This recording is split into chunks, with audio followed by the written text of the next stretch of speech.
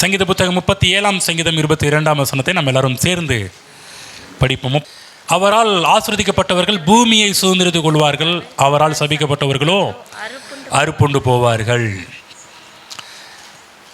போன வருடம் 2025 ஒரு 3 மாதங்களாக 25 முடிய போகிற 3 மாதங்களாக நாம் எதை பற்றி பேசிக்கொண்டு வருகிறோம் என்றால், தேவன் நமக்காக இந்த பூமியில் வைத்திருக்கின்ற நல்வாழ்வை பற்றி பேசிக்கொண்டு வருகிறோம். சொல்லப்போனால் கானான் தேச வாழ்வை இந்த பூமியில் எப்படி அனுபவிப்பது என்பதை பற்றி பேசிக்கொண்டு வருகிறோம். கானான் தேசத்தின் சிறப்புகளை பற்றி நாம் பேசிக்கொண்டு வருகிறோம். அதை மையமாக வைத்து தான் இந்த வருடத்தினுடைய வாக்குத்தத்தம் இருந்தது. தேவன் எப்படி கீர்த்தியும் புகழ்ச்சியுமாக வைப்பார் என்று சொன்னது யாருக்காக என்றால், தேவன் இஸ்ரேல் மக்களுக்காக சொல்லப்பட்ட ஒரு வார்த்தை. எப்படி தேவன் கானானில் கொண்டு போய் அவங்களை கீர்த்தியும் புகழ்ச்சியும் வைத்தார் என்பதுதான் கிளைமேக்ஸு. நம்முடைய வாழ்வில் கூட தேவன் அப்படி தான் செய்வேன் என்று தேவன் சொல்லியிருக்கிறார். நிச்சயமாக தேவன் நம்முடைய வாழ்வில் செய்ய போதுமானவராக இருக்கின்றார். இந்த இடத்துல பார்க்குறோம், கர்த்தரால் ஆசீர்வதிக்கப்பட்டவர்கள் பூமியை சுதந்திரித்துக் கொள்வார்கள். ஆசீர்வதிக்கப்பட்டவர்கள் என்றால் யார்? ரட்சிக்கப்பட்டவர்கள் தான் ஆசீர்வதிக்கப்பட்டவர்கள். நன்றாக புரிந்து கொள்ள வேண்டும். இன்றைக்கு தேவனாகிய கிறிஸ்து என்னையும் உங்களையும் ரட்சித்திருக்கிறார், மீட்டிருக்கிறார். ஆகவே நாம் ஆசீர்வதிக்கப்பட்டவர்கள். அப்போ ஆசீர்வதிக்கப்பட்டவர்கள்னா யாரோ அப்படின்னு நினைக்கக்கூடாது. இயேசு கிறிஸ்துவை சொந்த இரட்சகராக ஏற்றுக்கொண்ட ஒவ்வொருவரும் ஆசீர்வதிக்கப்பட்டவர்களே. அதுதான் வேதம் சொல்கின்றது, நீங்கள் கிறிஸ்துவுக்குள் ஆசீர்வதிக்கப்பட்டவர்கள். ஆசீர்வதிக்கப்பட்ட ஜனங்கள் இந்த பூமியிலே கர்த்தருடைய நாமம் மகிமைப்பட வேண்டும் என்று வாழ வேண்டும். இன்றைக்கி நம்ம நன்றாக வாழ்ந்திருக்கும் போது கர்த்தருடைய நாமம் மகிமைப்பட ஆரம்பிக்கும். ஏன் கர்த்தர் பாலும் தேனும் மூடுகிற நலமும் விசாலமான தேசத்துக்கு உங்களை கொண்டு போய் சேர்க்கிறார் என்று சொன்னால், நன்றாக புரிந்து கொள்ள வேண்டும், அங்கு அவர்கள் மூலமாக தேவ நாமம் மகிமைப்பட வேண்டும் என்பதுதான்.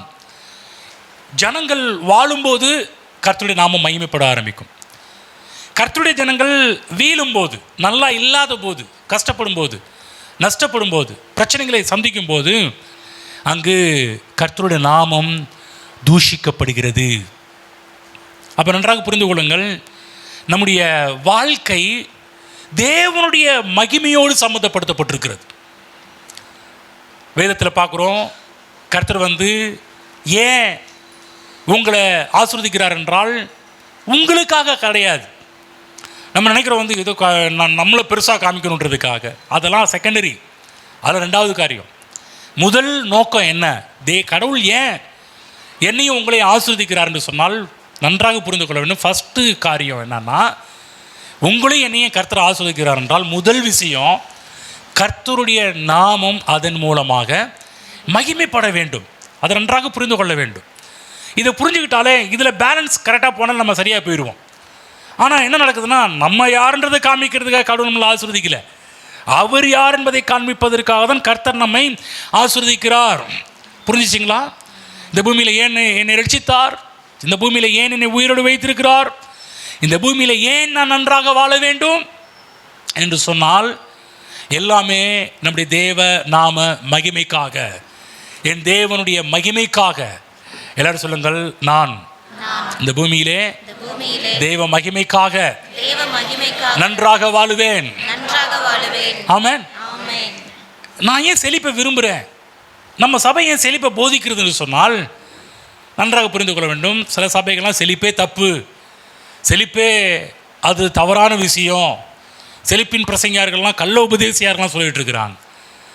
நான் ஏன் செழிப்பை விரும்புகிறேன்னா, நான் யாருன்றதை காமிக்கிறதுக்காக கிடையாது, என் மூலமாக தேவனுடைய நாமம் மகிமைப்பட வேண்டும் என்பதற்காக. இந்த எண்ணம் இருந்துச்சுன்னா செழிப்பை விரும்பலாம். நீங்கள் வேறு எண்ணம்லாம் இருந்துச்சுன்னா செழிப்பை விரும்பாதீங்க. செழிப்பை ஏன் விரும்பணும்? ஆண்டவரே, நான் நல்லா இருப்பது உங்கள் நாமத்திற்கு மகிமை. படிப்போம் 1 கொரிந்தியர் 10:31 நாம் படிப்போம். அங்கே பவுலடியார் ஏன் இந்த பூமியில் நம்ம எந்த ஒரு காரியத்தை செய்தாலும் எப்படி செய்ய சொல்றாரு, படிங்க பார்க்கலாம். ஆகையால் நீங்கள் புசித்தாலும் குடித்தாலும், சொல்றாரு, புசித்தாலும் குடித்தாலும் எதை செய்தாலும் கவனிச்சிங்களா? என்ன சொல்றாருங்க? புசித்தாலும் குடித்தாலும் எதை செய்தாலும். சொல்லுங்க, படிங்க. எது செஞ்சாலும் எல்லாவற்றையும் தேவனுடைய மகிமைக்கென்று செய்யுங்கள். எல்லாவற்றையும் எப்படி செய்யணுமா? தேவனுடைய மகிமைக்கென்று செய்யுங்கள். சொல்ற பாருங்க, நீங்க புசித்தாலும், நீங்க சாப்பிட்றீங்களா, நீங்க ஏதாவது குடிக்கிறீர்களா, எதை செய்ய, அப்புறம் சொல்றேன், எதை செய்தாலுன்றதுல எல்லாமே அடங்கிருச்சு. வந்து ஸ்பெஷலாக சாப்பிட்றது குடிக்கிறது, சாப்பிட்றது குடிக்கிறது நம்ம இஷ்டத்துக்கு பண்ணுவோம் பாருங்க. பவுல் சொல்றாரு, நீ எதை செய்தாலும் இதன் மூலமாக என் நாமம் மகிமைப்படும்படி தேவனுடைய மகிமைக்கென்று செய்யுங்கள். ஆமென். புரிந்து கொண்டீர்களா? நீங்க எதை செய்தாலும் நம்முடைய பிளான் என்னவா இருக்கணும், நம்ம நோக்கம் என்னவா இருக்கணும்? இதன் மூலமாக ஆண்டவர் மகிமைப்பட வேண்டும். தேவ பிள்ளைகளே, இந்த மாதிரி நீங்க செய்றீங்களா? அப்படி என்றால் செழிப்பு உங்களை தேடி வரும், நீங்க நல்லா இருப்பீங்க. நம்ம யாருன்றதை காமிக்கிறதுல உங்கள் நாமம் மகிமைப்பட வேண்டும். அதெல்லாம் கர்த்தர் செஞ்சுவார். நான் உன்னை மகிமைப்படுத்துவேன் அவர் சொன்னார்னா அவர் செய்துக்குவார். நம்ம டார்கெட் அதுவாக இருக்கக்கூடாது. நம்ம டார்கெட் எதுவாக இருக்கும்னா, பவுல் சொல்கிறாரு, நீங்கள் எதை செய்தாலும் எல்லாவற்றையும் தேவனுடைய மகிமைக்கென்று செய்யுங்கள். தேவனுடைய மகிமைக்கென்று நாம் அழைக்கப்பட்டவர்கள். நன்றாக புரிந்து கொள்ளுங்கள். இன்னொரு வசனம் படிப்போம். ஏசாயா 43:7. தேவன் நம்ம எதற்காக அழைத்திருக்கிறார் என்பதை புரிந்து கொள்ளுங்கள். நம்ம எதை செய்தாலும் அதில் கர்த்தருடைய நாமம் மகிமைப்பட வேண்டும். எதை செய்தாலும், புசிக்கிறது, குடிக்கிறது, வரது, போகிறது, எந்த இடத்துல இருந்தாலும் ஒரே ஒரு நோக்கம் இருக்கணும், இதனால் கர்த்தருடைய நாமம், கர்த்தர் மகிமைப்பட வேண்டும் என்று சொல்லி. இப்போ 43:7 படிங்க பார்க்கலாம். நான் என் மகிமைக்கென்று சிருஷ்டித்து, பாருங்க, கர்த்தர் வந்து இங்கே ஏசாயா மூலமாக என்ன சொல்கிறாரு, நம்ம ஏன் அழைத்தாரா, நம்ம ஏன் சிருஷ்டித்தாரா சொல்றாரு. நான் என் மகிமைக்கென்று சிருஷ்டித்து உருவாக்கி படைத்து என் நாமம் தரிக்கப்பட்ட யாவரையும் கொண்டு வா என்றேன். ஆமென். என்ன சொல்றாரு பாருங்க. இப்போ ஏசாயா சொல்ற கவனிச்சிங்களா? தேவன் ஏன் நம்மளை சிருஷ்டித்தாராம், ஏன் நம்மை உண்டாக்குனாராம், ஏன் நம்மை கொண்டு வந்தாராம், இந்த பூமியில் என்னையே இந்த உருவாக்குனார், என்னையே இந்த பூமிக்கு கொண்டு வந்தார். ஒரே நோக்கம், நான் என் மகிமைக்கென்று சிருஷ்டித்து உருவாக்கி படைத்து. இன்னைக்கு ஏன் சிருஷ்டித்தார், என்னை ஏன் இந்த உலகத்துக்கு கொண்டு வந்தார், இன்னைக்கு ஏன் நீங்கள் நிற்க வச்சிருக்கிறாரு, உங்களையும் இங்கே கொண்டு வந்திருக்கிறாரு. நன்றாக புரிந்து கொள்ள வேண்டும். தேவனுக்கு நம்முடைய வாழ்வில் ஒரு பெரிய திட்ட நோக்கம் இருக்குது. அது என்னவென்றால், என் நாமம் என் மகிமைக்கென்று. ஆமென். எல்லாரும் சொல்லுங்கள், நான் தேவனுடைய மகிமைக்காக பிறந்தவன். தேவனுடைய மகிமைக்காக பிறந்தவன். இந்த எண்ணம் எப்போதுமே உங்களுக்கு இருக்கணும். புரியுதுங்களா? உட்கார்ந்தாலும் எழுந்திரிச்சாலும் ஓடினாலும் நடந்தாலும் என் மூலமாக என் ஆண்டவர் மகிமைப்பட வேண்டும். ஆமென். நீங்கள் யாராக இருந்தாலும் சரி, உங்கள் மூலமாக கர்த்தருடைய நாமம் மகிமைப்பட வேண்டும் என்பதற்காகவே தேவன் நம்மை ரட்சித்திருக்கிறார், தேவன் நம்மை மீட்டிருக்கின்றார். ஆகவே நீங்கள் எதை செய்தாலும் கர்த்தருடைய நாமம் மகிமைக்கென்று செய்யுங்கள். பக்கத்தில் பார்த்து சொல்லுங்கள், நீங்கள் எதை செஞ்சாலும் கர்த்தருடைய நாமம் மகிமைக்காக செய்யுங்கள். ஆமென். இந்த வருடத்தில் முடிவு பண்ணுங்க. 2025 வரை நீங்கள் எப்படியோ வாழ்ந்திருக்கலாம், உங்களை மேலே கொண்டு வந்திருக்கலாம், உங்களை காமிச்சிருக்கலாம். இந்த வருஷத்தில் முடிவு பண்ணணும், என்னையெல்லாம் ஆண்டவரே எங்களுக்கல்ல கர்த்தாவே, எங்களுக்கல்ல உம்முடைய நாமத்திற்கே மகிமை வர பண்ணுவீராக. ஆகவேதான் தாவீது ஆண்டவருக்கு ரொம்ப பிடிச்சிருந்துச்சு. ஏன் கர்த்தர் தாவீதுக்கு ரொம்ப பிடிச்சிருந்துச்சுன்னா, தாவீதுடைய வாழ்வே, தாவீதுடைய எண்ணம், தாவீதுடைய நோக்கம், இது தரிசனம் எல்லாமே எது இருந்துச்சுன்னா, நான் அல்ல, எங்களுக்கல்ல கர்த்தாவே உம்முடைய நாமத்திற்கே மகிமை வர பண்ணும். ஆகதான் தாவீது ரொம்ப பிடிச்சிருந்துச்சு. என் இதயத்துக்கு ஏற்றவன் என்று சொன்னார். இந்த மாதிரி நம்ம இந்த உலகத்தில் வாழும்போது, இந்த 2026 வாழும்போது, நான் சொல்கிற தேவனுடைய இதயத்துக்கு பிரியமானவர்களாக, தேவனுடைய இதயத்துக்கு ஏற்றவர்களாக நாம் மாறுவோம். பைபிள் புறப்படுறது 1 Corinthians 6:20 நம்ம படிக்கும்போது, கிரயத்துக்கு கொல்லப்பட்டீர்களே, ஆமென், கிரயத்துக்கு கொல்லப்பட்டீர்களே, ஆகையால் தேவனுக்கு உடையவைகளாகி உங்கள் சரீரத்தினாலும் உங்கள் ஆவியினாலும் தேவனை மகிமைப்படுத்துங்கள். படிங்க பார்க்கலாம் அந்த வசனத்தை. 6:20 கிரயத்துக்கு கொல்லப்பட்டீர்களே. கிரயம் கர்த்தருடைய ரத்தத்தை சிந்தி, கடைசி சொட்டு ரத்தத்தையும் சிந்தி, கடைசியாக விழாவில் குத்தும் போது ரத்தமும் தண்ணீர் வெளியே வந்தது. என்ன சொல்றாருன்னா, என்கிட்ட என் பாடியில் இப்போ ரத்தம் இல்லைப்பா, எல்லா ரத்தத்தையும் உனக்காக சிந்திட்டேன், உன்னை கிரயம் உனக்கான பணத்தை நான் கொடுத்துட்டேன், உனக்கான கிரயத்தை நான் செஞ்சிருக்கேன், ரத்தம் தான் கிரயம், அதை செஞ்சிருக்கிறேன். படிப்போம். கிரயத்துக்கு கொல்லப்பட்டு வாங்கப்பட்டீர்களே. கிரயத்தை கர்த்தர் உங்களை வாங்கியிருக்கிறார், தன் ரத்தத்தை சிந்தி வாங்கியிருக்கிறார். ஆகையால் தேவனுக்கு உடையவைகளாகிய உங்கள் சரீரத்தினாலும். பாத்தீங்களா, நீங்க உங்க சரீரம் நல்ல கவனமா கேளுங்க, தேவன் ரத்தம் சிந்தி வாங்கியிருக்கிறார், மீட்டிருக்கிறார். நாம் தேவன் நம்மை கொள்ளை பொருளாக அவர் மீட்டு கொண்டிருக்கிறார். ஆகையால் தேவனுக்கு உடையவைகளாகிய உங்கள் சரீரத்தினாலும் உங்கள் ஆவியினாலும் தேவனை மகிமைப்படுத்துங்கள். ஆமென். இப்ப உங்களை என்னையும் ஒருத்தர் வாங்கிட்டார், விலை கொடுத்து வாங்கிட்டார். புரிஞ்சுங்களா? இப்ப நம்ம இஷ்டம் கிடையாது, நம்ம பிரியம் கிடையாது. என்னை ஒருத்தர் வாங்கிட்டாரு, என் சரீரம், என்னுடைய ஆவி, ஆத்மா எல்லாவற்றையும் அவர் வாங்கிட்டாரு. அதுதான் பவுல் சொல்றாரு, ஆகையால் தேவனுக்கு உடையவைகள். இந்த சரீரம் தேவனுக்கு உடையது. பக்கத்தில் சொல்லுங்க, இந்த உங்க சரீரம் உங்க சரீரம் தேவனுக்கு உடையது. சொல்லுங்க, உங்க இஷ்டப்படி செய்யக்கூடாது, உங்க இஷ்டத்துக்கு வாழக்கூடாது, அப்படியே கால் போன போக்கில் போகக்கூடாது, மனம் போன போக்கில் போகக்கூடாது. அதான் பவுல் சொல்றாரு, உங்க சரீரம் தேவனுக்கு உடையது. தேவனுக்கு உடையவைகளாகி உங்கள் சரீரத்தினாலும் உங்கள் ஆவியினாலும் என்ன பண்ணணுமா? தேவனை மகிமைப்படுத்துங்கள். ஆமென். இந்த வருடத்தில் முடிவு பண்ணணும், ஆண்டவரே, என்னை உம்முடைய மகிமைக்காக நீ சிருஷ்டித்திருக்கிறீர், உம்முடைய மகிமைக்காக அழைக்கப்பட்டவன், உம்முடைய மகிமைக்காக என்னை இந்த உலகத்தில் கொண்டு வந்திருக்கிறீர், உம்முடைய மகிமைக்காக என்னை ரட்சித்திருக்கிறீர், உம்முடைய மகிமைக்காக நீர் கிரயம் கொடுத்து மீட்டிருக்கிறீர். ஆகவே எதுக்காக நீர் என்னை வாங்கியிருக்கிறீரோ அதற்காக நான் இந்த சரீரத்தை பயன்படுத்த போகிறேன், என்னுடைய ஆவியை பயன்படுத்த போகின்றேன். எதற்கு மீட்டெடுத்தார்? கர்த்தருடைய நாமத்தை மகிமைப்படுத்துவதற்காக. அப்போ நம்ம வாழ்க்கை தேவ நாம மகிமையோடு சம்மந்தப்படுத்தப்பட்டிருக்கிறது. புரிஞ்சுக்கணும். நம்ம இஷ்டத்துக்கு வாழ்கிறதுக்காக தேவன் நம்முடைய வாழ்க்கை கொண்டு வரல. நம்முடைய வாழ்க்கை ஏன் நம்மளை ரட்சித்தார்? தேவனுக்கு ஒரு நோக்கம் இருக்குது. ஒரு நோக்கம் என்ன? என் மூலமாக, என் சரீரத்தின் மூலமாக, என்னுடைய ஆவியின் மூலமாக, என்னுடைய ஆத்மாவின் மூலமாக என் தேவனுடைய நாமம் மகிமைப்பட வேண்டும் என்பதற்காகவே. ஆமென். புரிஞ்சுங்களா? தேவனுடைய நாமம் மகிமைப்படணும்னு சொல்லும்போது மக்கள் பொதுவாக நினைக்கின்ற ஒரு காரியம் என்னன்னா, சில என்ன நினைக்கிறாங்கன்னா, மகிமைப்படணும்னா நம்ம கை தட்டி கர்த்தருக்கு பாட்டு பாடுறோம்ல, இதுதான் கர்த்தருக்கு மகிமையை கொண்டு வருது, ஆகவே நம்ம என்ன பண்ணணும், இதை நம்ம செய்யணும்னு நம்ம நினைக்கிறோம். கவனமாக கேளுங்க, அது கர்த்தரை மகிமைப்படுத்துகிற விஷயத்தில் ஒரு சின்ன பார்ட்டு. இங்கே நீங்கள் சர்ச்சுக்கு வரீங்க பாருங்க, சர்ச்சில் வந்து எல்லாரோடு சேர்ந்து கரங்களை தட்டி கர்த்தரை தூத்து பாடுறோம் இல்லைங்களா? இப்படி நம்ம கர்த்தரை மகிமைப்படுத்துகிறோம் இல்லைங்களா? ஓ, கர்த்தர் இதுக்கு தான் உண்டாக்கிருக்கு, அதுக்கு நம்ம இங்கே வந்திருக்கிறோம், நம்ம செஞ்சுட்டோம்.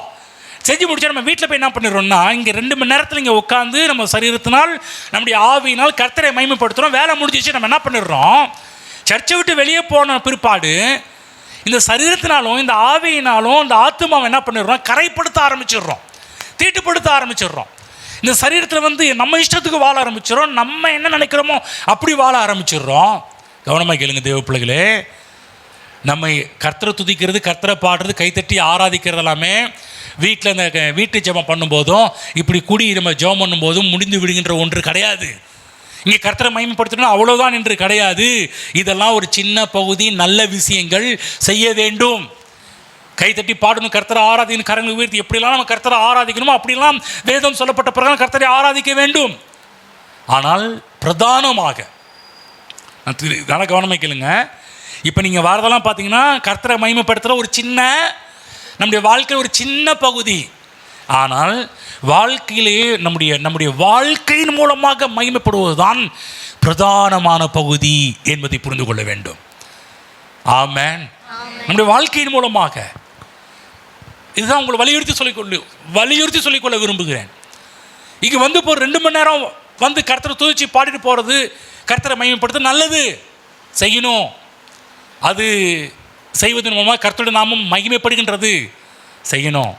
ஆனால் இதோடு நின்று விடுவது அல்ல கர்த்தரை மகிமைப்படுத்துவது. வெளியே போன பிற்பாடு நம்முடைய இந்த சரீரத்தினாலும் ஆவியினாலும் ஆத்மாவினாலும் எப்படி வாழ்கிறோம் என்பதுதான் கர்த்தருக்கு நாம் கொடுக்கக்கூடிய மகிமையை எப்படி நம்ம கொடுக்குறோம் என்பதில் தான் வாழ்க்கை இருக்கின்றது. அப்போ நம்முடைய வாழ்க்கை ஆசீர்வதிக்கப்பட்டதாக இருக்கும்போது, நம்முடைய வாழ்க்கை சந்தோஷம் நிறைந்ததாக இருக்கும்போது, நம்முடைய வாழ்க்கை சமாதானம் நிறைந்ததாக இருக்கும்போது, நம்முடைய வாழ்வு விடுதலை நிறைந்ததாக இருக்கும்போது, அப்போ கர்த்தருடைய நாமம் அதிகமாக மகிமைப்படுகின்றதாக காணப்படும். இங்கே வந்து 2 நேரம் கர்த்தரை ஆராதிச்சுட்டு வீட்டில் போய் சண்டையை ஆரம்பிச்சிங்கன்னா, வீட்டில் போய் பிரச்சனையை ஆரம்பிச்சிங்கன்னா, தொழிலில் போய் வேறு மாதிரி வாழ ஆரம்பிச்சிங்கன்னா, நான் கேட்கின்றேன், அங்கு கர்த்தருடைய நாமம் மகிமைப்படுமா? யோசிச்சு பாருங்க. சில பேர்லாம் நம்மளை பார்த்து டேசி வாங்கி வரலாம், சர்ச்சுக்கு போய் என்ன பிரயோஜனம்?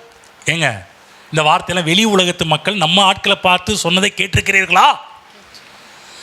நான் அமைதியாக உட்காந்துருக்கிறீங்க.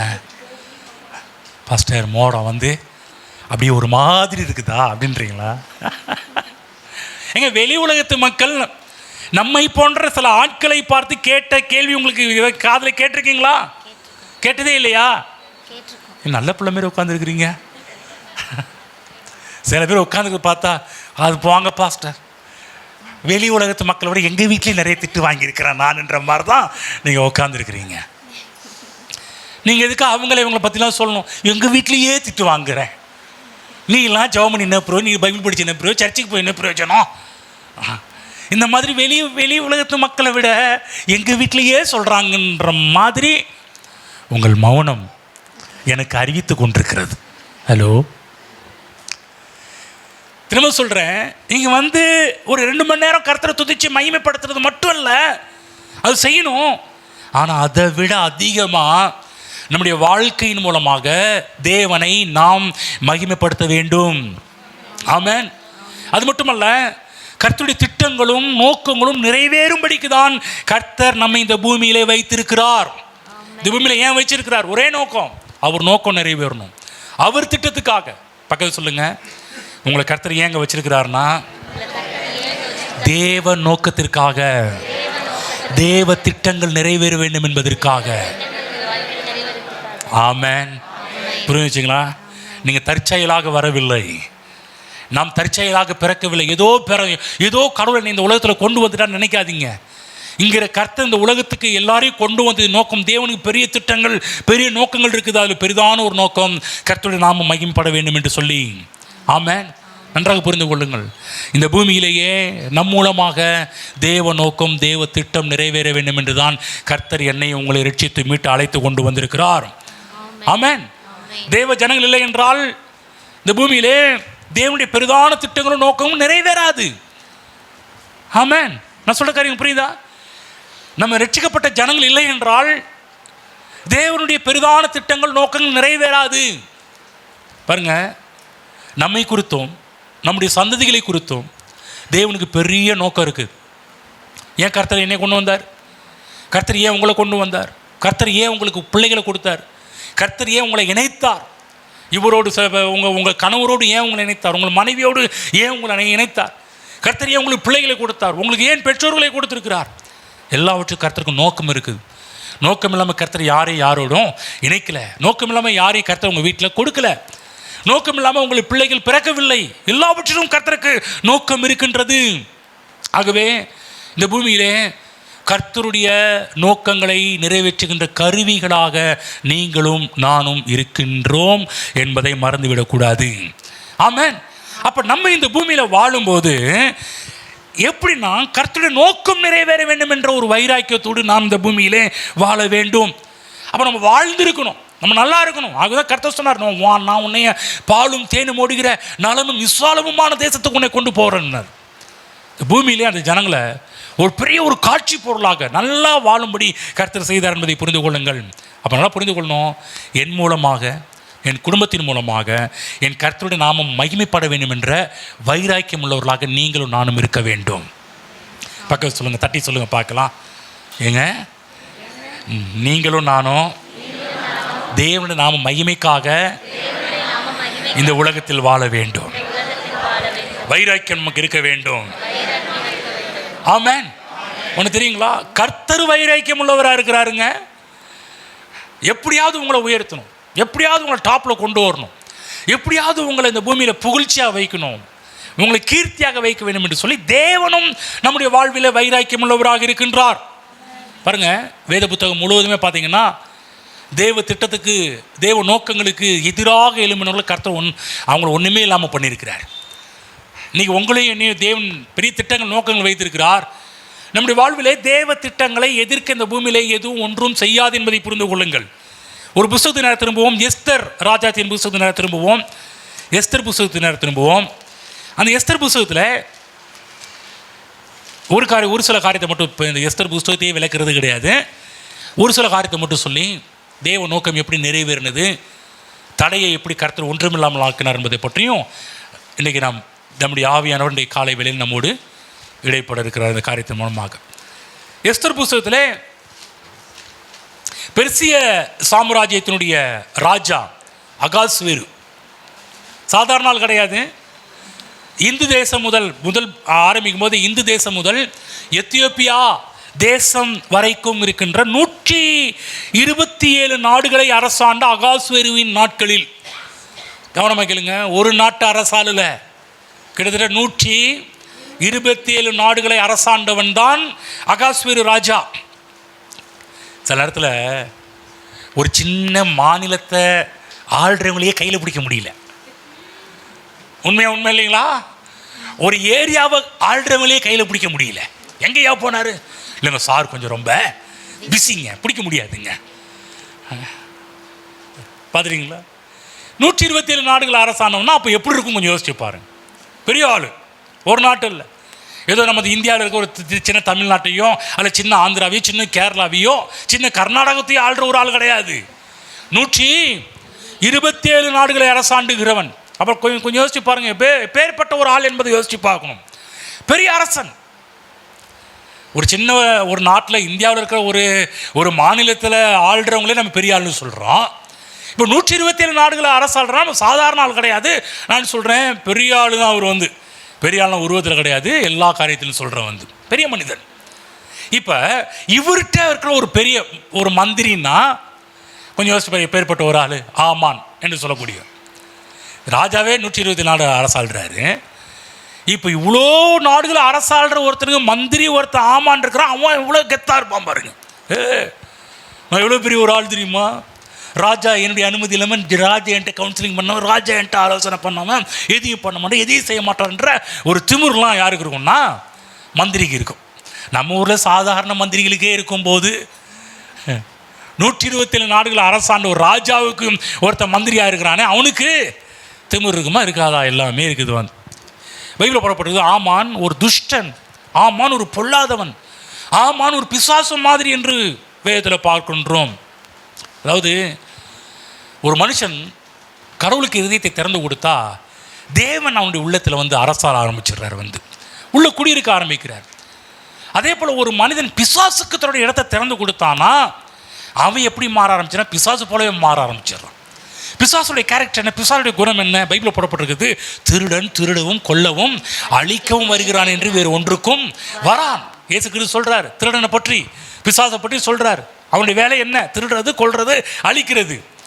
இப்போ இவன் ஆமானுடைய உள்ளத்தில் இருந்த பிசாசு புகுந்ததுனால, சாத்தான் புகுந்ததுனால இப்போ இவனுடைய வேலை என்னன்னா, இவன் என்ன பண்ண ஆரம்பித்தான்? தேவனுடைய ஜனங்களை கொல்லவும் அழிக்கவும் முற்படுகிறதை நாம் பார்க்க ஆரம்பிக்கின்றோம்.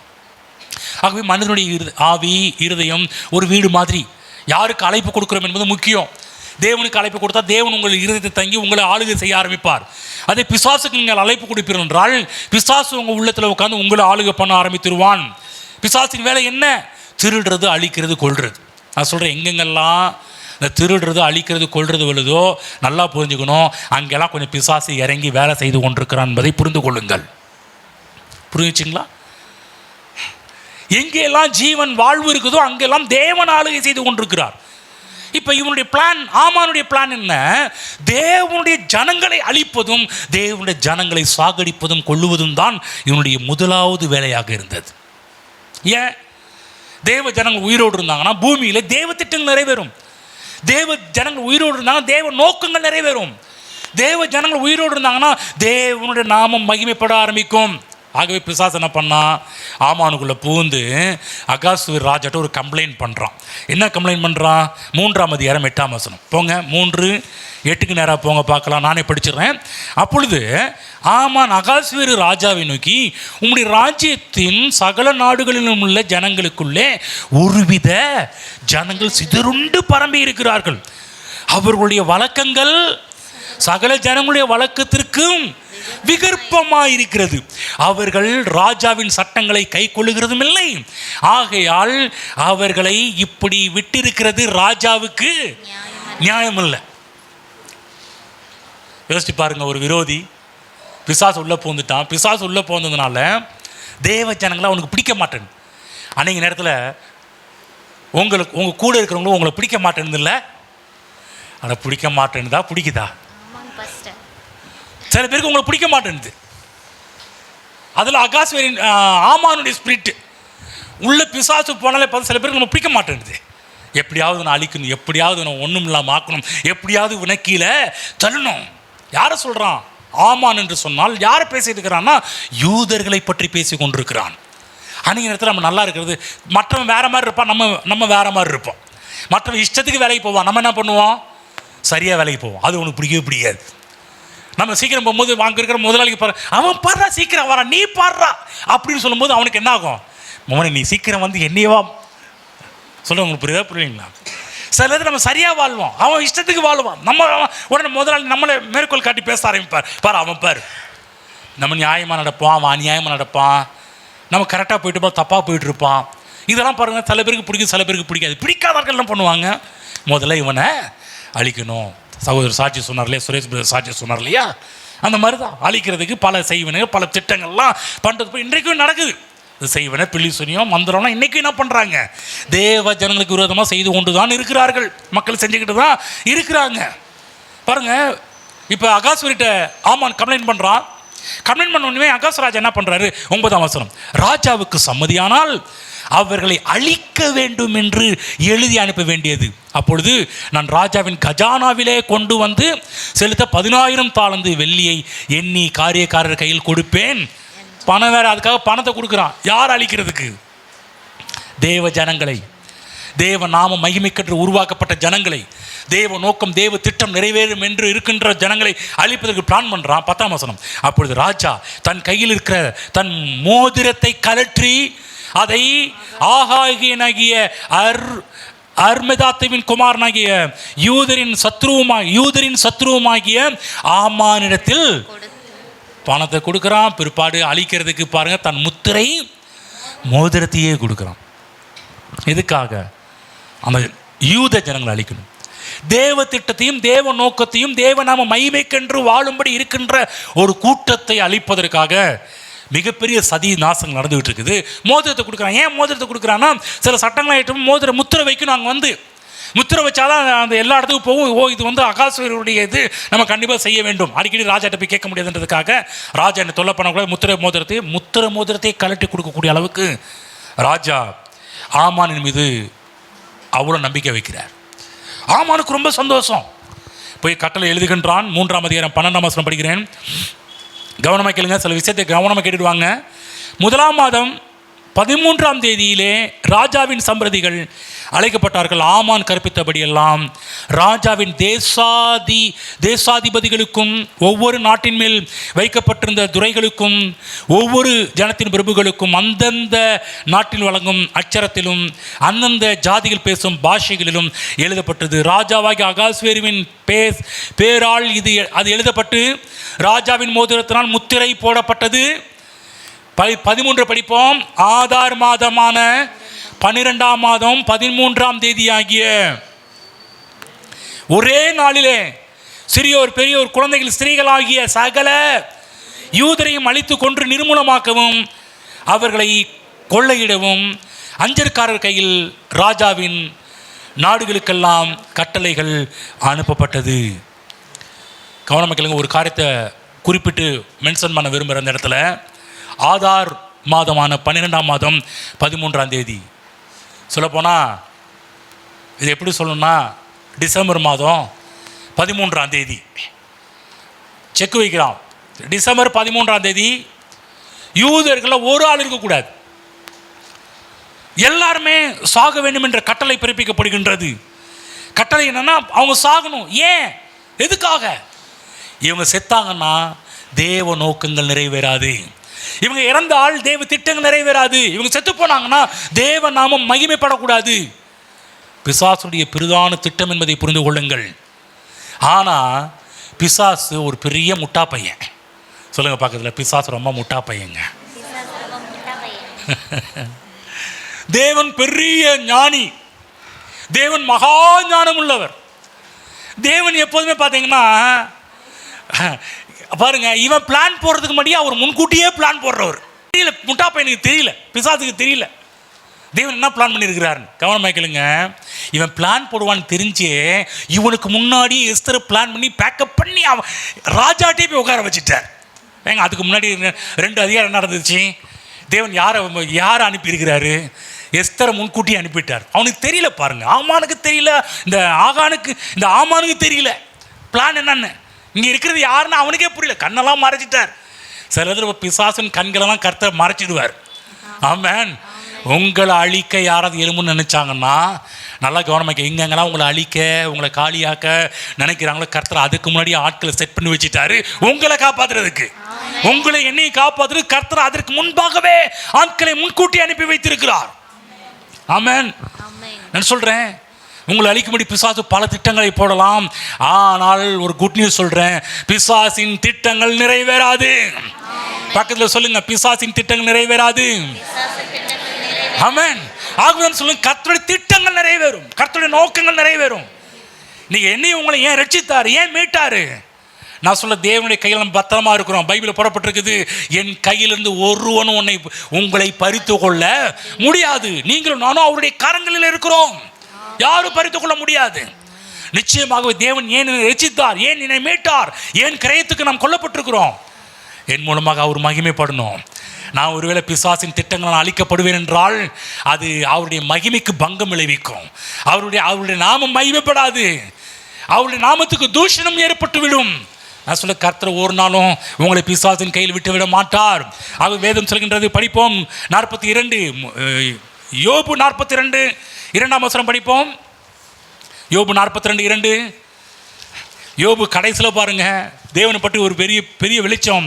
தேவரீர் சகலத்தையும் செய்ய வல்லவர், நீர் செய்ய நினைத்தது தடைப்படாது என்பதை அறிந்திருக்கிறேன்.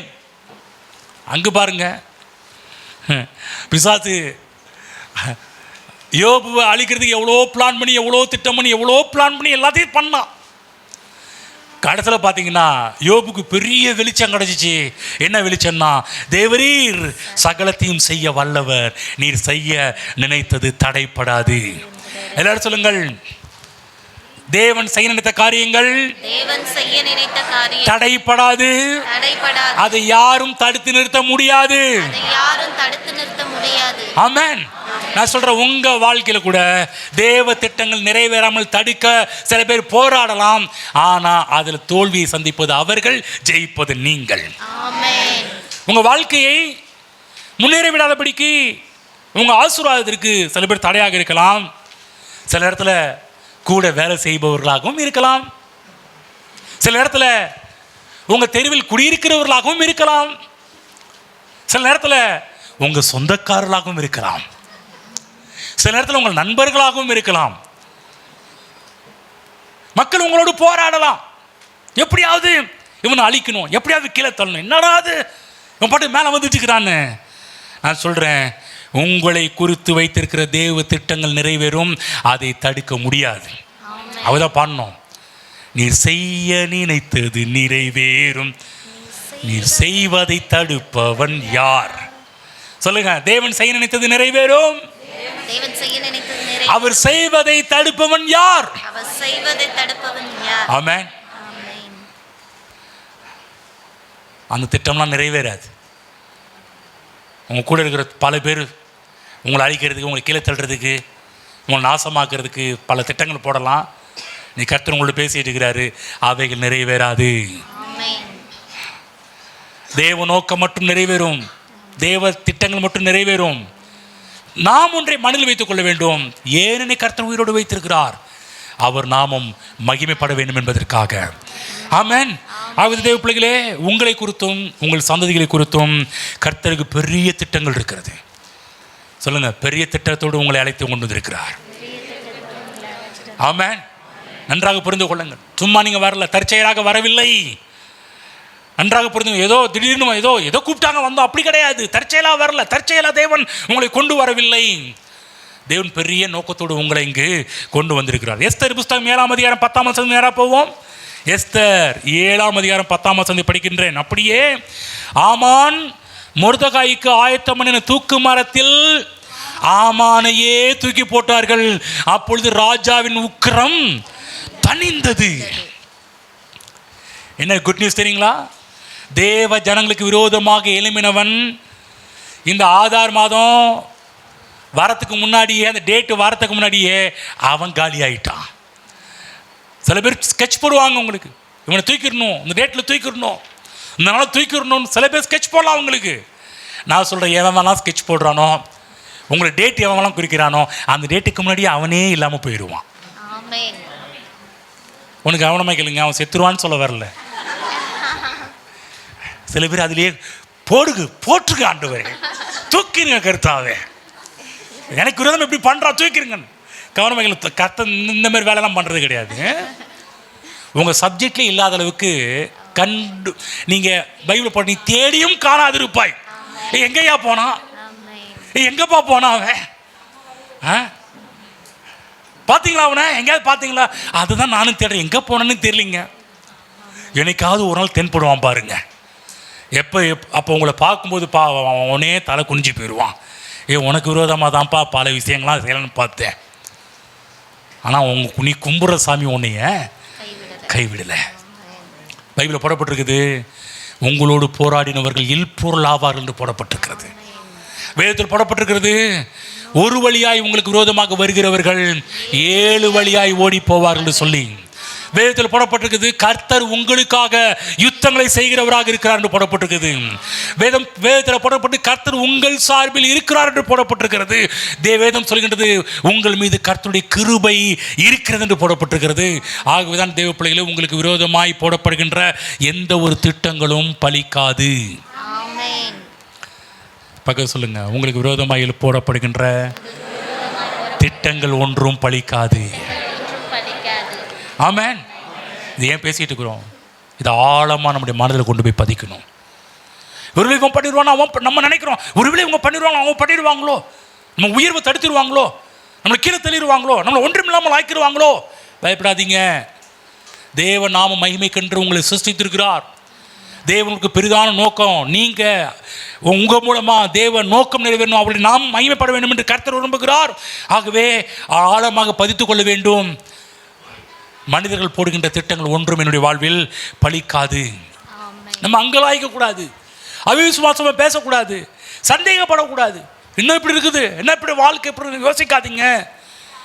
நீங்கள் சொல்லணும், நானும் என் பிள்ளைகளும் இந்த பூமியில் வாழ்ந்து சுகித்திருப்போம். சொல்ல பார்க்கலாம், நானும் என் பிள்ளைகளும் வாழ்ந்து சுகித்திருப்போம். ஆமென். பெரிய ராஜா இவன். யாரு? 127 நாடுகளை அரசாண்ட அகாஸ்வேரு. இவ பாருங்க, தேவ ஜனங்களுக்கு சாதகமாக திரும்புகிறான். யாருப்பா பண்ண முடியும்? கர்த்தர் தாங்க பண்ண முடியும். யோசிச்சு பாருங்க, ஒரு மாநிலத்தை அரசாளுகின்ற ராஜா இல்லை, 127 நாடுகளை அரசாள்றவன் தேவன் அவன் போட்ட திட்டங்களையே திருப்பி விடுகிற தேவனாக இருக்கிறார். ஆமென். இங்கேயே திட்டத்தை திருப்புறவர் உங்கள் வாழ்க்கையில் சின்ன சின்ன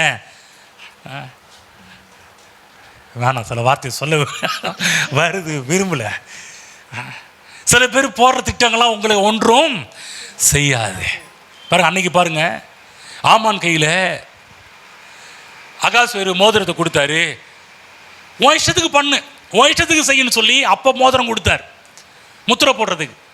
இப்போ அதே மோதிரத்தை கழட்டி அகாஸ்வேரு மொர்தெகாயின் கையில் கொடுக்குறார். மொர்தெகாய் யார்? ஒரு யூதன். எஸ்தர் ஒரு யூத ராஜஸ்திரீ, ஒரு யூத ராஜாத்தியாவ. இவர்கள் உண்மையுள்ளவர்கள் என்று ராஜா அறிந்து அவன் கையில் இருக்கிற மோதிரத்தை பிடுங்கி இப்போ யார் கையில் கொடுக்குறாருன்னா மொர்தெகாய் கையில் கொடுக்கப்பட்டது. 8ஆம் அதிகாரம் திருப்பிக் கொள்வோம். எஸ்தர் 8ஆம் அதிகாரம். சட்டத்தையே மாற்றி எழுதுறாங்க பாருங்க இவங்க. 8ஆம் அதிகாரம் 16வது வசனத்தை நான் உங்களுக்கு படித்து காண்பிக்கிறேன். 8ஆம் அதிகாரம் 16ஆம் வசனம். இவ்விதமாய் யூதருக்கு வெளிச்சமும் மகிழ்ச்சியும் களிப்பும் கனமும் உண்டாயிற்று. ஆமென்.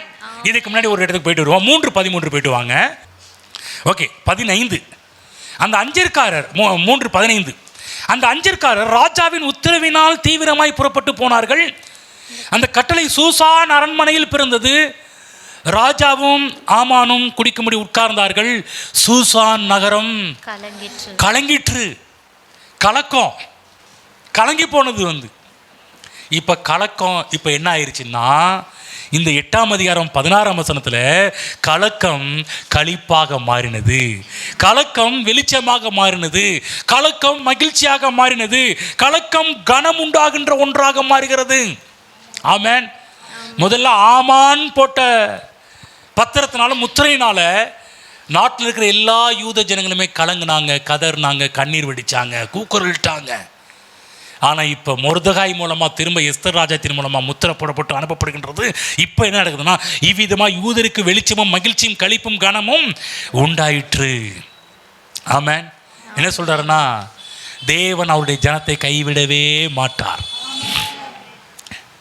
ஒருவேளை கலக்கம் உண்டாகலாம், கஷ்டம், நெருக்கம், துன்பம், கலக்கம் ஏற்படலாம். ஒன்றை மனதில் வைத்துக் கொள்ளுங்கள், கர்த்தர் உங்களுக்காக இறங்கி வேலை செய்கின்றார். தேவ ஜனங்களை கலங்காதீர்கள், கவலைப்படாதீங்க. உங்களுக்கு விரோதமாக பல பேர் எழும்பி இருக்கிறார்களா, நீங்கள் கலங்கி நிற்காதீர்கள். சிலர் சொல்லலாம், நான் என் வாழ்க்கையில் ரொம்ப கஷ்டப்படுறேன் பாஸ்டர், என் வாழ்க்கையில் ரொம்ப கண்ணீர் வெடிக்கிறேங்க, என் வாழ்க்கையில் ரொம்ப சஞ்சலப்படுறேன் நீ நினச்சிட்டு இருக்கலாம். நான் சொல்கிறேன், கர்த்தர் உங்களுக்காக இறங்கி வேலை செய்து கொண்டிருக்கிறார். கவலைப்படாதீர்கள். இயேசு கிறிஸ்து சொன்னார், உங்கள் துக்கம் சந்தோஷமாக மாறும். ஏசாயா சொல்றாரு, உன் துக்க நாட்கள் முடிந்து போம். சாயங்காலம் அழுகை என்றால் விடியற் காலத்திலே களிப்பும் மகிழ்ச்சியும் உண்டாகும். கர்த்தர் புலம்பலை சந்தோஷமாக மாற்றுகிறவர், பண தேவைகளை ஐஸ்வர்யமாக மாற்றுகிற தேவன், வியாதியை சுகமாக மாற்றுகிறவர், சாபத்தை ஆசீர்வாதமாக மாற்றுகிறவர். வேதத்தில் இந்த புத்தகத்தில் ஒரு இடத்துல வரும், காரியம் மாறுதலாய் முடிந்தது. சொல்லுங்க, காரியம் மாறுதலாய் முடிந்தது. பக்கத்து சொல்லுங்க, காரியம் மாறுதலாய் முடிந்தது. ஆமென். படிப்போம். 9ஆம் அதிகாரம் 1 வசனம். ராஜாவின் வார்த்தையின்படியும் அவனுடைய கட்டளையின்படியும் செய்யப்படுகிறதற்கு ஆதார் மாதம் என்கிற 12ஆம் மாதம் 13ஆம் தேதியிலே யூதரின் பகைஞர் அவர்களை மேற்கொள்ளலாம் என்று நம்பினார்களே. பிளான் போட்டால எந்த டேட்ல? அந்நாளிலே தானே யூதரானவர்கள் தங்கள் பகைஞரை மேற்கொள்ளும்படிக்கு காரியம் நீ என்ன டேட்ல போட்ட அந்த டேட்டை இப்போ என்ன பண்ணார்னா, இவங்களுக்கு சஞ்சலமும் துக்கமும் பாடும் வேதனையும் உண்டான ஒரு நாளை தேவன் எப்படி மாற்றினார்னா, களிப்பும் மகிழ்ச்சியும் சந்தோஷமும் கனமும் உண்டான ஒரு நாட்களாக மாற்றிட்டாரு. காரியம் மாறுதலாய் முடிந்தது. சொல்லுங்க, காரியம் மாறுதலாக முடியுங்க. பக்கத்தில் சொல்லுங்க, காரியம் மாறுதலாய் முடியும். ஆமென். புரிஞ்சுங்களா? அப்படியே கர்த்தர் மாற்றுகிறேன் பார்க்கின்றோம். 8:17 படிக்கின்றேன். ராஜாவின் வார்த்தையும் அவனுடைய கட்டளையும் போய் சேர்ந்த எல்லா நாடுகளிலும் எல்லா பட்டணங்களிலும் யூதருக்குள்ளே அது மகிழ்ச்சியும் களிப்பும் விருந்துண்டு கொண்டாடுகிற நல்ல நாளுமாயிருந்தது. யூதருக்கு பயப்படுகிற பயம் தேசத்து ஜனங்களை பிடித்ததினால் அவர்களில் அநேகர் யூத மார்க்கத்தில் அமைந்தார்கள். கர்த்தர் காரியத்தையே மாறுதலா முடிய பண்ணுகிற தேவன். தேவ பிள்ளைகளை கலங்கி போய் வந்திருக்கிறீங்களா? பலர் உங்களோடு போராடி உங்களை வெட்கப்படுத்தி இருக்கிறார்களா? உங்களை அசிங்கப்படுத்தி இருக்கிறார்களா? உங்களை கேவலப்படுத்தி இருக்கிறார்களா? இன்னைக்கு கர்த்தர் உங்களோடு பேசி கொண்டிருக்கிறார். காரியம் மாறுதலாய் முடியும். ஆமென். கஷ்டப்பட்ட நேரத்தில் அந்த இடத்துல களிப்பு உண்டாவதை நீங்கள் பார்க்க ஆரம்பிப்பீர்கள். தேவ ஜனங்களுடைய வாழ்க்கையில் அற்புதம் நடந்து விட்டது. சாக வேண்டி இருந்த மக்கள் பிழைத்து கொண்டார்கள். ஆமென்.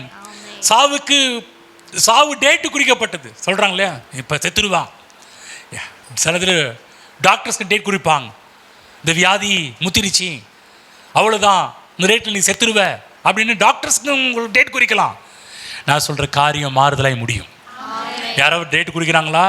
யாரெல்லாம் உங்களுக்கு டேட்டு குறிக்கிறாங்களோ நான் ஒரு குட் நியூஸ் சொல்கிறேன், அந்த டேட்லாம் மாற்றப்படும். ஆமென். புரிஞ்சுங்களா? கலங்கிட்டு இருக்காதீங்க. எப்போதுமே ராஜா எந்த கட்டளையும் வாபஸ் வாங்கினது கிடையாது. ஆனால் இப்போ ராஜாவே கட்டளையை வாபஸ் வாங்கிட்டு வேற கட்டளையை பிறப்பிக்கிறதை நான் பார்க்க ஆரம்பிக்கின்றோம். என்ன சொல்றேன்னா, நடக்கிறதுக்கு வாய்ப்பே இல்லை, அப்படின்னு சொன்ன காரியத்தை நடக்கும்படி கர்த்தர் செய்கின்றார். உங்கள் வாழ்க்கையில் பண்ணுவார். இது சான்ஸே இல்லைங்க. இது எப்படிங்க நடந்துச்சு? ஏங்க 127 நாடுகள் அரசாடுறது கொஞ்சம் யோசிச்சு பாருங்களேன். அத்தனை நாடுகளுக்கு நியூஸ் போய் ஆகணும். இல்லைன்னா டிசம்பர் 13 போட்டுருவாங்க, எல்லா ஜனங்களும் செத்துருவாங்க. யோசிச்சு அதுக்குள்ளே வேகத்தில் அனுப்பணும். கொஞ்சம் இதில் இந்த சீன்லாம் அவங்க கற்பனை பண்ணி கொண்டு வாங்க. அப்போனா அந்த மக்களுக்கு எவ்வளோ பயம், கலக்கம், வேதனை. ஐயோ 23 கரெக்டாக 13 குறிச்சு டிசம்பர் 13 குறிச்சிட்டாங்களே அவ்வளோதான் என்று நினைத்து கொண்டிருந்த ஜனங்களுடைய வாழ்விலே காரியம் மாறுதலாய் முடிந்தது. நடக்கிறதுக்கு வாய்ப்பே இல்லை.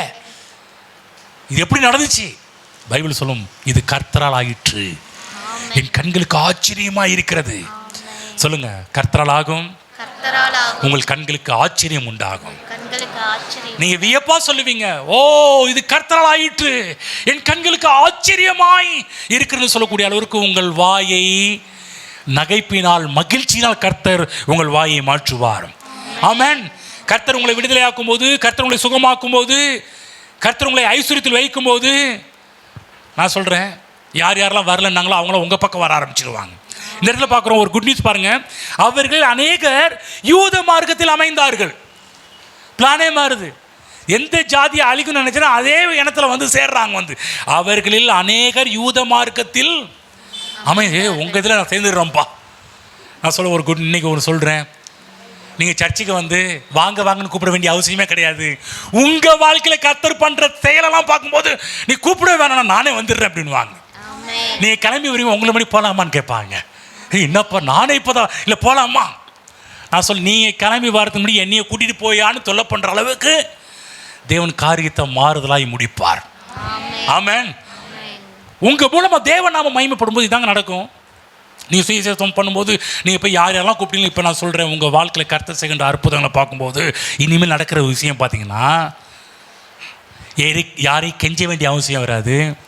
நீங்கள் கிளம்புறதுக்கு முன்னாடியே அவங்க கிளம்பி உங்கள் வீட்டுக்கு முன்னாடி வந்து போகலாங்களா? ஆமென். புரிஞ்சுங்களா? இந்த நிலைகளை கர்த்தர் கொண்டு வருவார். நீ சபைக்கு வரதுக்கு முன்னாடி என்னையும் கொஞ்சம் கூட்டிகிட்டு போங்க. நீங்கள் காசு இல்லைன்னா கூட என்கிட்ட காசு இருக்குது, இல்லைப்பா உனக்கு கூட்டி போ, இல்லை நான் வந்தே தீருவேன் என்று சொல்லக்கூடிய அளவிற்கு தேவன் நிலைகளை மாற்றுவார். ஆமென். நீங்கள் வந்து தேவன் மகிமைப்படும்படி வாழ்ந்து பாருங்க. மக்களெல்லாம் உங்கள் பின்னாடி அப்படியே தேனீக்கள் மாதிரி அப்படியே தேனீக்கள் இந்த ராணி தேனியை நோக்கி ஓடுற மாதிரி எல்லா தேனியுமே எல்லா மக்களுமே உங்களை தேடி உங்கள் பின்னாடி வர ஆரம்பிச்சிடுவாங்க. ஆமென். இல்லைப்பா இவங்க போராட்டம் கரெக்டாக இருக்கும், இவங்க போராட்டம் சரியாக இருக்கும், இங்கே போனால் பெரிய பாரு இவங்க வாழ்க்கை எப்படி இருந்துச்சு, இன்றைக்கி எப்படி இருக்கிறாங்க, எல்லாம் கர்த்தர் செய்திருக்கிறான்னு சொல்லி உங்களை பார்த்து மக்கள் வர ஆரம்பிப்பார்கள். நான் சொல்கிறேன், இன்னும் நிறைய பேர் வர போகிறாங்க. இவ்வளோதான். ஆமேனா?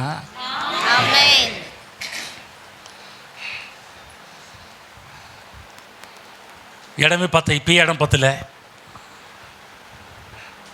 இன்னும் எவ்வளோ பெரிய இடங்களை வாங்கினாலும் அதுவும் பத்தாது. கை தர மாட்டீங்களா? எவ்வளோ பெரிய விஷயம் சொல்லிட்டு இருக்கிறேன், சும்மா ஆமீன் போடுறீங்க. கர்த்தர் செய்வார். ஆமென். ஆகவே தேவ பிள்ளைகளே, நீங்கள் எதற்கும் அடிமைப்பட வேண்டிய அவசியம் கிடையாது. கர்த்தர் உங்களை ரட்சித்திருக்கிறார், நம்மை விடுதலையாக்கி இருக்கிறார், நம்ம சுயாதீனத்தை கர்த்தர் அழைத்திருக்கிறார். ஆகவே விடுதலையோடு சமாதானத்தோடு ஆரோக்கியத்தோடு வாழ வேண்டும் என்று கர்த்தர் விரும்புகிறார். அதன் மூலமாக கர்த்தருடைய நாமம் மகிமைப்படுகின்றது. கர்த்தர் உங்கள் மூலமாக மகிமைப்பட வேண்டும் என்று தான் கர்த்தர் இப்படிப்பட்ட காரியத்தெல்லாம் செய்து கொண்டிருக்கிறார். இன்னும் கானானுக்குள்ளே வரல. கானானுக்குள் நுழையலான்னு பார்த்தா கரெக்ட் டைம் வந்து இன்னும் 5 நிமிஷம் தான் இருக்குது, 12 அடிக்க. ஆமென். இருந்தாலும் ஒரு வசனத்துக்கு போயிட்டு கானான் கொஞ்சம் டச் பண்ணிட்டு வந்துடுவோம். லேவியராம் 26 போயிட்டு வருவோம். பாஸ்டர் இப்போ தான் கானானுக்குள் நுழையிறீங்களா? ஆமாம், கானானுக்குள் நுழையிறதுக்கு முன்னாடியே நம்மளை கொஞ்சம் ப்ரிப்பேர் பண்ணுறோம். உங்கள் வாழ்க்கையில் எவ்வளோ தடைகள் இருந்தாலும் கர்த்தர் எப்படி அதெல்லாம் மாற்றுவார் என்பதை பற்றி பேசணும். 26 கானானின் வாழ்க்கையை பற்றி மோசஸ் இஸ்ரவேல் ஜனங்களுக்கு சொல்லும்போது அதனுடைய வாழ்வை பற்றி சொல்கிற 26ஆம் அதிகாரம் 3ஆம் வசனத்தையும் 4ஆம் வசனத்தையும் நாம் எல்லோரும் அந்த வசனத்தை சேர்ந்து படிப்போம். 3:4. நீங்கள் என் கட்டளைகளின்படி நடந்து என் கற்பனைகளை கை கொண்டு அவைகளின்படி செய்தால் நேற்ற காலத்தில் உங்களுக்கு மழை பெய்ய பண்ணுவேன், பூமி தன் பலனையும் வெளியில் உள்ள மரங்கள் தங்கள் கனிகளையும் கொடுக்கும். ஏற்கனவே பார்த்தோம், ஆசீர்வாதத்தை மழையாக ஊற்ற பண்ணுகிற தேவன். ஹலோ, இது இப்போ போய் தண்ணி அந்த மழை இல்லை. ஆசீர்வாதம் என்பது உங்கள் வாழ்வில் மழையாக பொழிவதை நீங்கள் பார்க்க ஆரம்பிப்பீர்கள். ஆகவே நீங்கள் ஜெபியும் என்று இனிமேல் கேட்க மாட்டீங்க. மன்னிக்கும், ஆசீர்வதியும் என்று ஜெபிக்க மாட்டீங்க. தப்பா சொல்லிட்டு, ஆசீர்வதியும் என்று நீங்கள் ஜெபிக்க மாட்டீங்க. நீங்கள் சொல்லுவீங்க, ஆண்டவரே என் மேலே ஆசீர்வாத மலையை ஊற்றினபடியால் உமக்கு நன்றி என்று சொல்லுவீங்க. ஆமென். சொல்லுங்க, ஆசீர்வதியும்னு கேட்க மாட்டீங்க, ஆசீர்வாதத்திற்காக நன்றி என்று சொல்லுவீர்கள். ஆமென். இங்கே பாவத்து நிமித்தம் மக்களை தரித்திரம் ஆட்டி படைத்து கொண்டிருக்கிறது. நற்செய்தி என்னவென்றால், இயேசு அந்த சாபத்திற்கு முடிவு கட்டிவிட்டார். இனிமேல் உங்கள் வாழ்வில் சாபம் உங்களை தொடராது, ஆசீர்வாதம் உங்களை தொடர ஆரம்பிக்கும். உங்கள் மீது ஆசீர்வாதத்தின் மழை பொழிய ஆரம்பிக்கும். கானானின் வாழ்வே அப்படிதான். கானானின் வாழ்வு என்ன? ஏற்ற காலத்தில் உங்களுக்கு மழையை பெய்ய பண்ணுவேன். போதும் போதும். சில இடத்துல பாருங்கள், சில இடத்துல மலைகள் வந்து போதும் சாமின்ற அளவுக்கு. இது தண்ணி மழை கிடையாது, இது ஆசீர்வாதம் மலையை போல உங்கள் வாழ்வில் பெய்வதை நீங்கள் பார்க்க ஆரம்பிப்பீர்கள். அதற்காக கர்த்தராகிய இயேசு கிறிஸ்து ஒரு பெரிய கிரயத்தை செலுத்தியிருக்கிறார். அடுத்த வாரத்தில் அந்த கிரயத்தை நாம் பார்க்க போகின்றோம். எழுந்து நிற்போம்.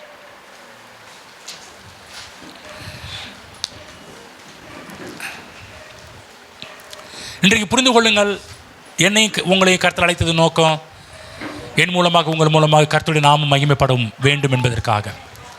இங்கே இருக்கிற எல்லாருக்கும் ஒரு வைராக்கியம் இருக்கணும். நீங்கள் எதை செஞ்சாலும் கர்த்தருடைய நாமம் மகிமைக்காக செய்யுங்கள். ஆமென். புரியுதுங்களா? என்ன எதை செய்தாலும், குளித்தாலும் உடுத்தினாலும் ட்ரெஸ் போட்டால் கூட, ஆண்டவரே அவங்களோட என் ட்ரெஸ்ஸை சூப்பராக காமிக்கிறதுக்கு இல்லை. சில பேர்லாம் பாருங்கள், சில சர்ச்சஸ்க்கெலாம் ட்ரெஸ்ஸை காமிக்கிறதுக்குனே போவாங்க. காலையில் எழுந்திருக்கும் போதே ட்ரெஸ்ஸை போகும்போது இந்த ட்ரெஸ்ஸை அவங்க பார்த்துருப்பாங்களா பார்த்துருக்க மாட்டாங்களா? காலையில் பீரோட்டை போய் அப்போ தான் போய் ஜாம் பண்ணிட்டு இருப்பாங்க, யோசிச்சுட்டு இருப்பாங்க. இந்த ட்ரெஸ் ஒரு பார்த்து ஒரு என்ன சிஸ்டர் போனாலும் இதே புடவை கட்டி வந்தீங்க, இந்த வாரம் இதே புடவை. ஆஹா, நம்ம என்ன பண்ணுறோம்? பீரோட்டை போய் உட்காந்து நம்ம யோசிச்சுட்டு இருக்கிறோம். நான் சொல்கிறேன், உடுத்தினா கூட எதை உடுத்தினா ஆண்டவரே இன்னைக்கு இதன் மூலமாக நாம மகிமைப்பட போகின்றது. அவ்வளோதான். யாருக்காக இந்த உங்கள் மனதில் நிரம்பி இருக்கிறது எல்லாமே என் தேவன் மகிமைப்படணும். புரியுதுங்களா? ஆகவே தான் ஒஸ்டான ட்ரெஸ்லாம் போட்டு வரக்கூடாது, நல்ல ட்ரெஸ்லாம் போட்டுட்டு வாங்க. இது எங்கேயாவது ஃபங்க்ஷனுக்கு பண்ண என்ன பண்ணுறீங்க? ஹலோ, என்ன பண்ணுறீங்க? ஒவ்வொரு வாரம் இங்கே சிவி சிங்காரிச்சிட்டு அழகாக நல்ல ட்ரெஸ்லாம் போட்டு மேலே ஏறி பாருங்க. உங்கள் பக்கத்தில் கேட்பாங்க, ஃபங்க்ஷன்னு கேட்பேன். ஆமாங்க, ஃபங்க்ஷனுங்க. என்ன ஃபங்க்ஷனுங்க? ஆண்டவரை மகிமைப்படுத்துகிற ஃபங்க்ஷனுங்க. ஆமாம். ஏங்க சொல்கிறது உங்களுக்கு புரியுதா? நம்ம என்ன பண்ணுறோம்? சில பேர் குளிக்காமல் கூட வந்துடுவீங்க. ஏன் உங்களுக்காக 10 மணிக்கு ஆராதனை வச்சுருக்குறோம். நீங்கள் இளம்பில சர்ச்சு மாதிரி 7 மணிக்கு வச்சா என்ன பண்ணுவீங்க? வந்து நல்லா நீட்டாக வாங்க, கை தூக்கி ஆராதிக்கும் போதெல்லாம் மயக்கம் போட்டு கீழே விழுந்துடாம. சில இடத்துலாம் பாருங்கள், சில பேர் ஏன் கீழே விழுவுறாங்கன்னா பின்னாடி தான் புரிஞ்சு, வேர்வை நாத்தம் தாங்க முடியாமல் கீழே விழுவுறாங்கன்னு. நல்லா குளிச்சுட்டு வாங்க, நல்லா பல்லு விளக்கிட்டு வாங்க. விளக்கும் போது கூட ஆண்டவரே என் துர்நாற்றத்தில் யாரும் பக்கத்தில் வராத அளவுக்கு பண்ணி விடாமல் நான் இதன் மூலமாக நீர் மகிமைப்படும். நான் சோம்பேறியாக நல்லா சாப்பிடுங்க. இல்லைங்க, குண்டாயிட்டா என்ன பண்ணுறது? அதுக்குன்னு ஒல்லியாக இருந்து கர்த்தருடைய நாம ஒடுக்கானா இருந்து கர்த்தருடைய நாமத்தை வீணடிக்கிறதுக்கு பதிலாக நல்லா சாப்பிட்டு தெம்பா, அதுக்குன்னு ரொம்ப வேறு மாதிரி பாடி ஆகாமல், வலது புறத்தில் இடது புறத்திலும் பெருகாமல், அது கொஞ்சம் லிமிட் பண்ணி, ஆண்டவர் நான் இப்படி இருந்தால் உங்களுக்கு மகிமை வராது, டிப்டாப்பாக இருக்கும், சூப்பராக இருக்கும் ஆண்டவர், அப்போ தான் உங்கள் நாமத்துக்கு மகிமை. அப்படி எண்ணி பாருங்கள், உங்கள் உடல்வாகவே மாற ஆரம்பிச்சிடும். வீணான தொப்பைகள் குறைய ஆரம்பிச்சிடும், வீணான கொழுப்புகள் குறைய ஆரம்பிச்சிடும். என்ன எங்கே இந்த எண்ணங்களில் தேவ நாம மகிமை என்று ஒன்று கொண்டு வந்தாலே நீங்கள் ஹேண்ட்ஸமாக மாறிடுவீங்க, நீங்களாம் பியூட்டியாக மாறிடுவீங்க. நீங்கள் இந்த அழகான ஆட்களெல்லாம் ஏஃபில் தான் பார்க்க முடியுதுன்னு சொல்கிற அளவுக்கு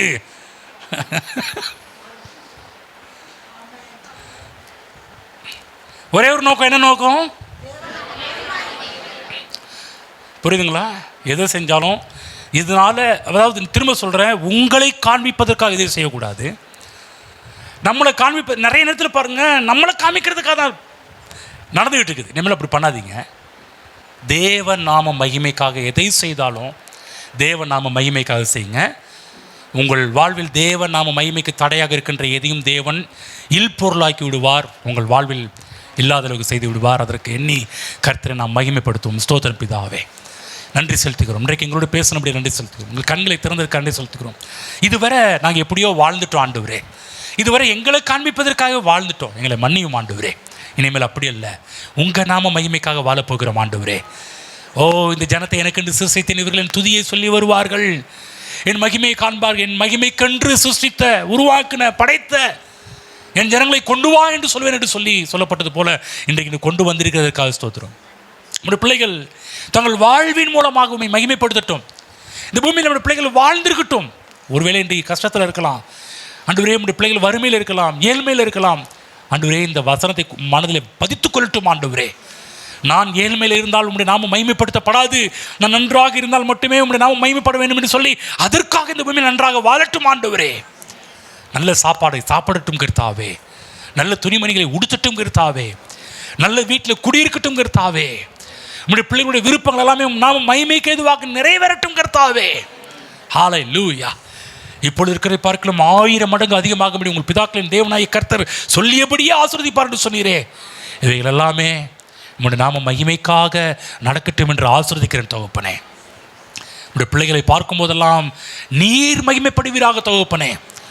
கர்த்தருடைய பிள்ளைகள் தேவனுடைய ஜனங்கள் என்றால் இப்படி தான் இருப்பார்கள் என்று சொல்லி இங்கே இருக்கிற ஜனங்களை குறித்து ஆண்டவரே உலகத்தின் மக்கள் சாட்சி சொல்லக்கூடிய அளவிற்கு உம்முடைய நாமத்தை மகிமைப்படுத்தக்கூடிய அளவுக்கு மாறுவதாக தகப்பனே.